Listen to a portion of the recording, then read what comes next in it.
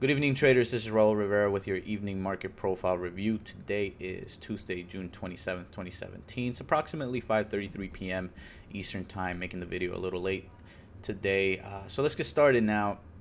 Early this morning, I had shot the video for the early market profile analysis, but we were having some issues with the software converting to MP4, and it just wasn't happening. But in a sense, it was a good thing that the video didn't go out, because today was just a bad day. Took some pretty heavy losses in the S&P 500 and some other markets, the 30-year as well. It just didn't cooperate today, and that'll happen. Not every single day is going to be a winner. We're always going to have losers every now and again, and I've had a really decent month, so I was at least I'm thankful I was able to take some losses today. I mean, I was almost expecting it.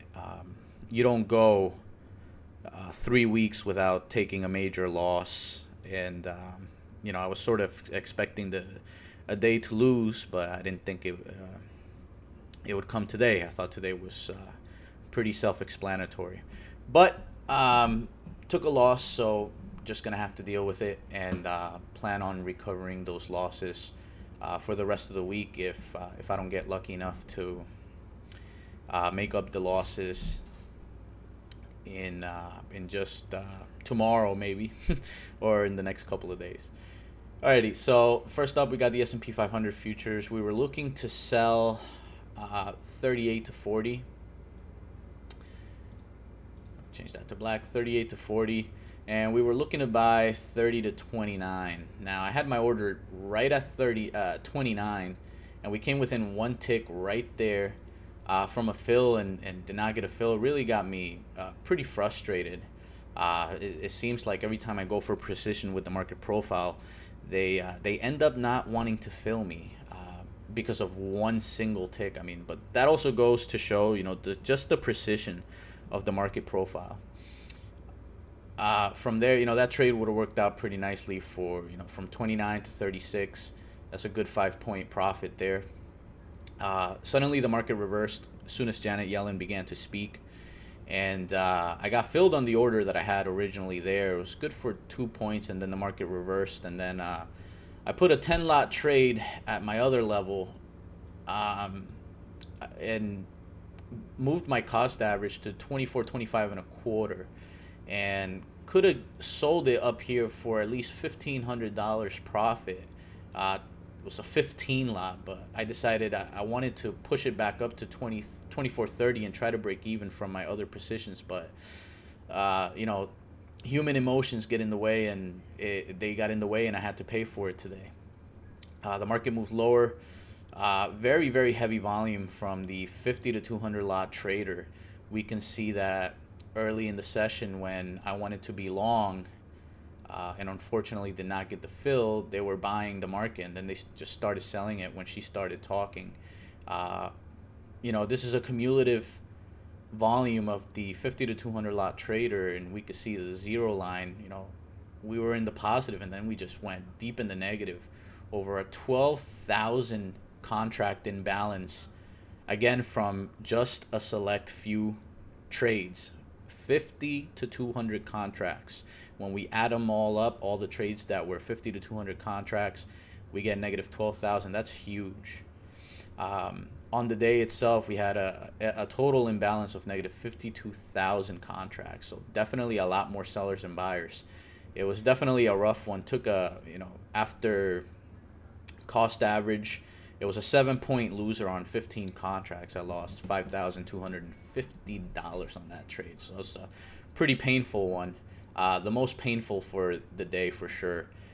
Next up, we got the 30-year. This one was also another one that gave me some pain. Just get the chart. Again, the 30-year having one of those days where more than likely we're not going to see another one of these days for a long while. So, taking a hit on days like these is okay, because I've proven to myself and proven to everyone who watches me trade that, these days are just inevitable. It's just what you do after that really says something about your trading skills and experience. And you know, it's a terrible thing to lose, but it's an even better thing to recover those losses and you know, just become a better trader for it. So crap, I deleted the levels, but I was looking to buy 56.12 to 15. It's pretty much this area, and I did get long there.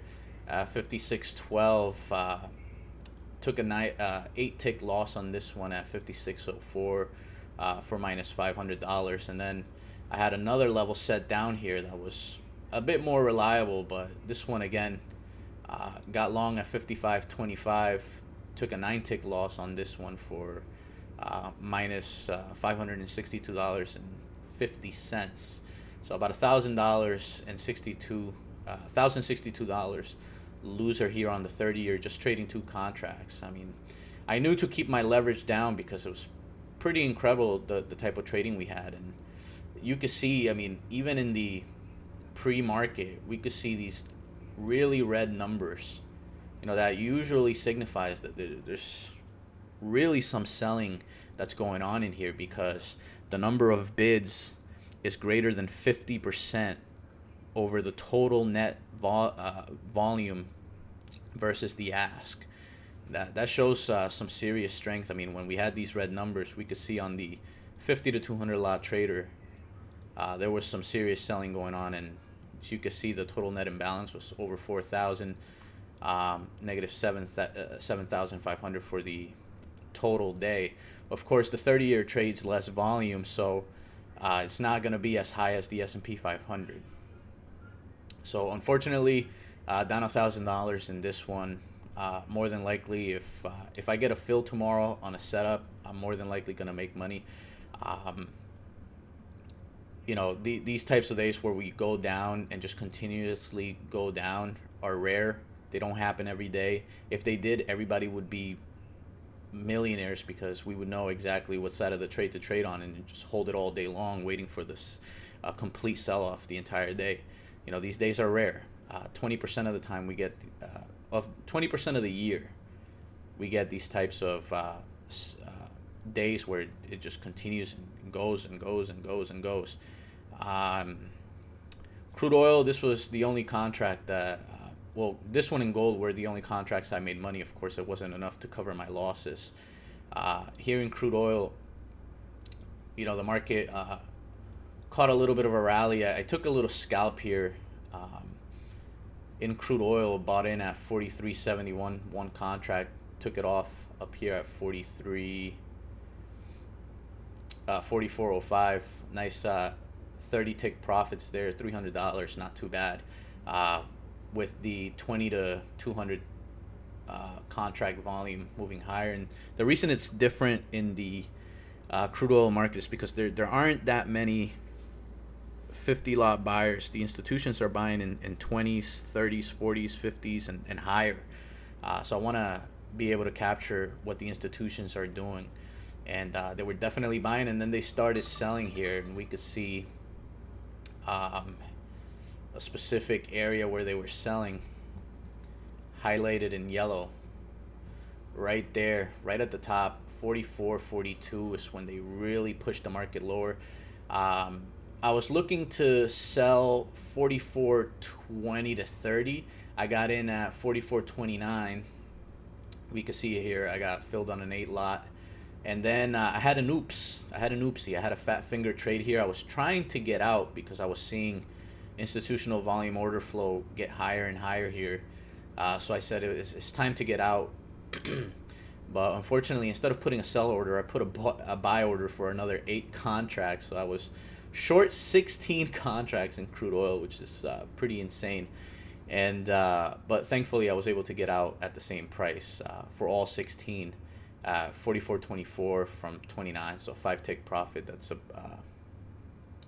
5 tick profit on 8 contracts is $400. So we knew we wanted to sell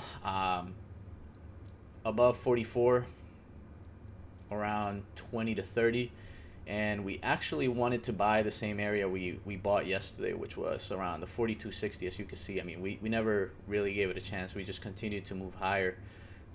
This move down here that we see, this was the API. Looks like something isn't good there for the inventories. You know, next market up, we got gold. This is the other market I made money in, but of course it was just extremely minimal.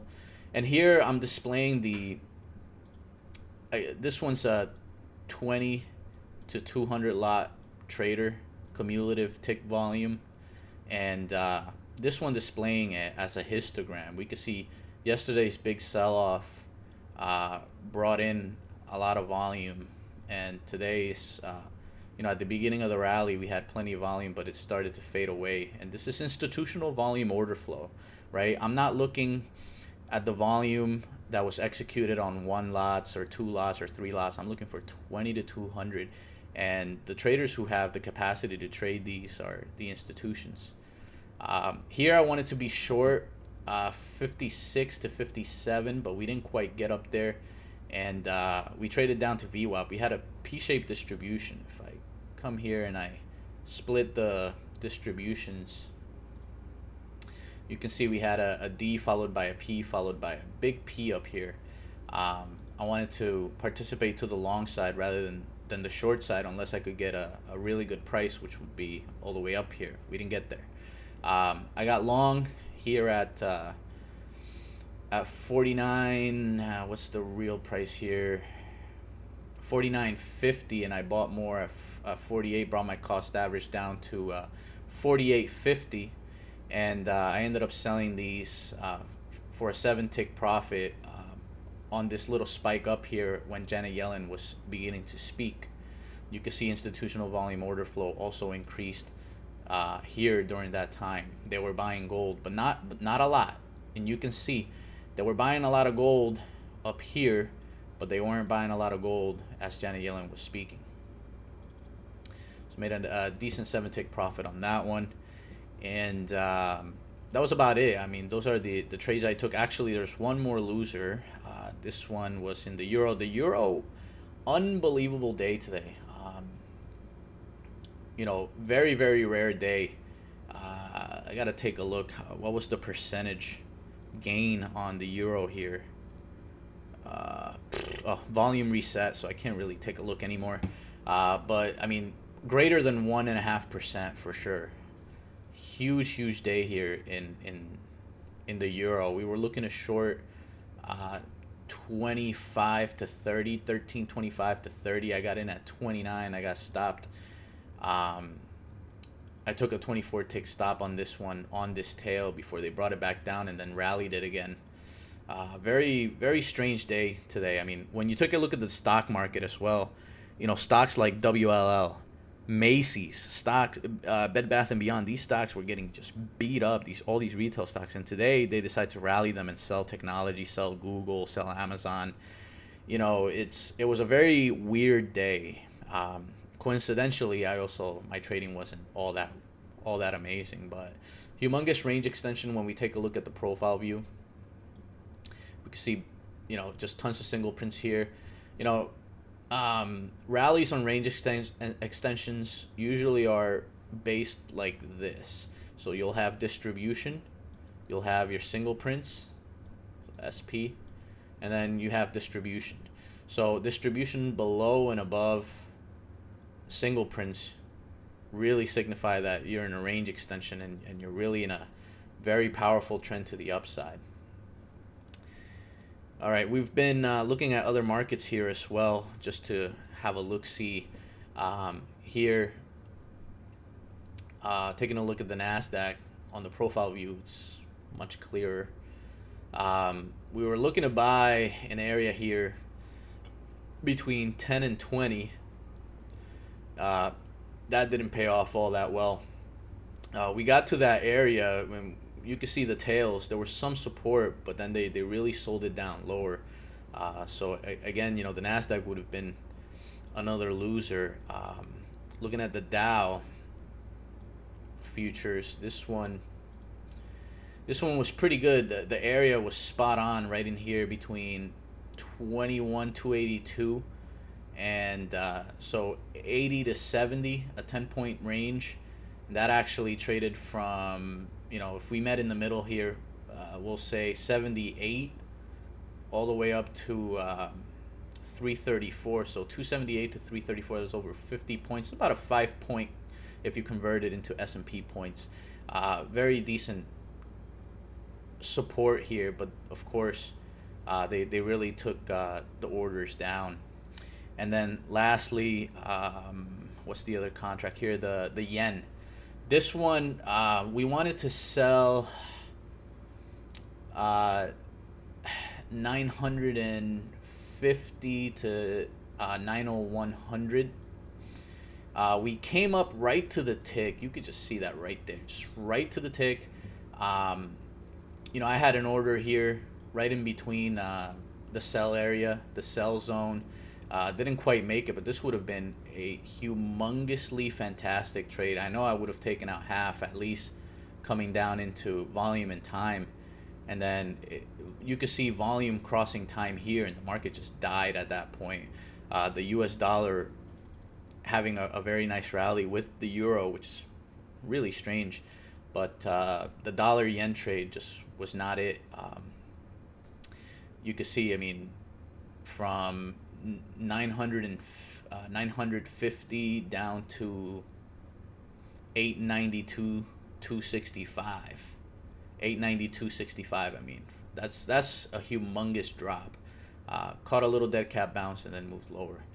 But it was a losing day. But of course, I want to show you guys. I log all of my trades on Google Sheets, and today's total take was down $7,062 on just a handful of trades. Actually, one, 2, 3, 4, 5, 6, 7 trades. So I overtraded a little bit here, and that contributed to the size that I lost here. But at the same time, I could definitely make this up. I lost 2 days worth of profit. Here yesterday I made $4,000 on the Friday the 23rd. I put the dates here incorrect. Friday the 23rd, made $3,000 on the 22nd, $2,000. And when we take a look at the year-to-date performance, my P&L has been just absolutely on fire for the month of June, which starts right on this bar here. The month of June, if you take it up, it's almost $30,000 here of profit. And if we go back to June, all the way to the top, we could see about $20,000 is my total take for the month of June. So losing $7,000, it hurts, but at least I had that cushion to put on extra risk on some of these trades. And unfortunately they did not work, but that's trading. Sometimes these trades work, sometimes they don't. And today they just didn't. Today's just one of those days where we it's a rare day. These days don't usually occur every single time. But anyways, guys, I appreciate your views, and hope everybody has a great rest of your evening, and we'll kick this back up tomorrow. All right, thanks, guys.